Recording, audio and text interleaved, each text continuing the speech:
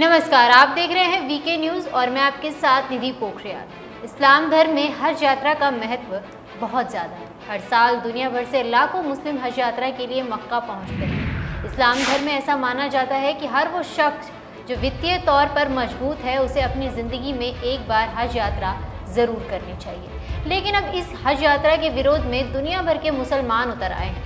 आखिर क्यों मुस्लिम समाज हज यात्रा का बहिष्कार कर रहा है?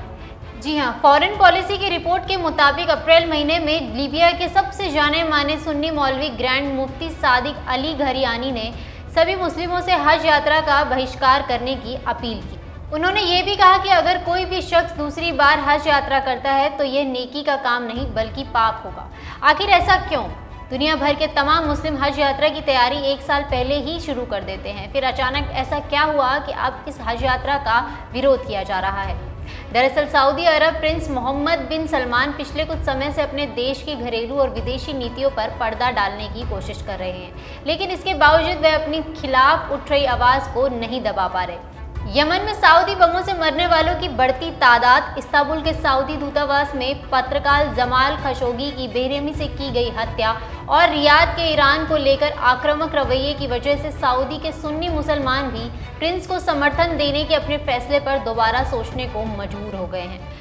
इस बहिष्कार की अपील के पीछे की वजह यह है कि मक्का की हज यात्रा के जरिए सऊदी अरब की अर्थव्यवस्था मजबूत हो रही है। मजबूत अर्थव्यवस्था के जरिए सऊदी की हथियारों की खरीद जारी है, जिससे यमन और अप्रत्यक्ष तौर पर सीरिया, लीबिया, ट्यूनीशिया, सूडान और अल्जीरिया में हमलों को अंजाम दिया जा रहा है। मौलवी सादिक ने कहा कि हज में निवेश करना मुस्लिम साथियों के खिलाफ हिंसा करने में सऊदी की मदद करना होगा। सिर्फ सादिक ही वो मुस्लिम स्कॉलर नहीं है जो हज पर बैन का समर्थन कर रहे हैं, बल्कि सुन्नी मौलवी और सऊदी अरब के प्रखर आलोचक यूसुफ अल कारडावी ने अगस्त महीने में फतवा जारी किया था, जिसमें हज न जाने की अपील की गई थी। इस फतवे में कहा गया था कि भूखे को खाना खिलाना, बीमार को इलाज करवाना और बेघर को शरण देना अल्लाह की नज़र में हज पर पैसा बहाने से ज़्यादा अच्छा काम है। दूसरी तरफ सऊदी अरब सिर्फ राजनीतिक और सैन्य तौर पर ही शक्तिशाली नहीं है, बल्कि इस्लाम के साथ इसका ऐतिहासिक रिश्ता भी काफ़ी अहमियत रखता है। इस्लाम के दो सबसे प्रमुख तीर्थ स्थल मक्का और मदीना दोनों सऊदी अरब में ही हैं और यही काबा और पैगंबर मोहम्मद की मज़ार भी है। यही वजह है कि सऊदी अरब का असर सिर्फ अरब पड़ोसियों पर ही नहीं बल्कि पूरी मुस्लिम दुनिया पर है। हर साल करीब 23 लाख मुस्लिम हज यात्रा के लिए मक्का जाते हैं। इस्लाम के साथ इस रिश्ते की वजह से सुन्नी अरब दुनिया लगातार सऊदी अरब से मार्गदर्शन लेती रही है। ईरान की 1979 की इस्लामिक क्रांति और पूरे क्षेत्र में इसके फैल जाने के डर से सऊदी अरब ने खुद को इस्लाम के ब्रांड के तौर पर पेश करने के लिए दुनिया भर में मस्जिदों की फंडिंग में लाखों डॉलर्स खर्च किए और तब से सऊदी अरब खुद को मुस्लिम दुनिया के नेता के रूप में पेश करता आ रहा है।